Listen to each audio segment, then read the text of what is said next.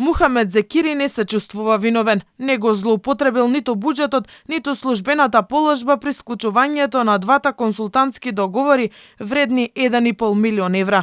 Како сведоци ки ги повика икс колегите во владата Битики и Бочварски и екс-директорот на Пошта Макрадули за пред судот да докаже дека не ги сторил кривичните дела за кои го товари обвинителството. Општо не беше договорот склучен во 4 очи.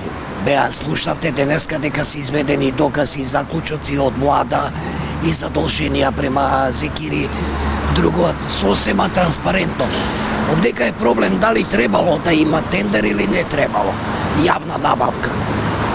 Добро, ако не е во 4 очи, како е склучено договорот? Јавно преку заклучок на влада. Наспроти ова, обвинителката Катерина Коларевиќ тврди дека со материјалните и вербалните докази, како и вештиот наод, ќе го докажува товарот. Коларевиќ вели владата не му дало одврзани раце за да склучува договори во 4 очи.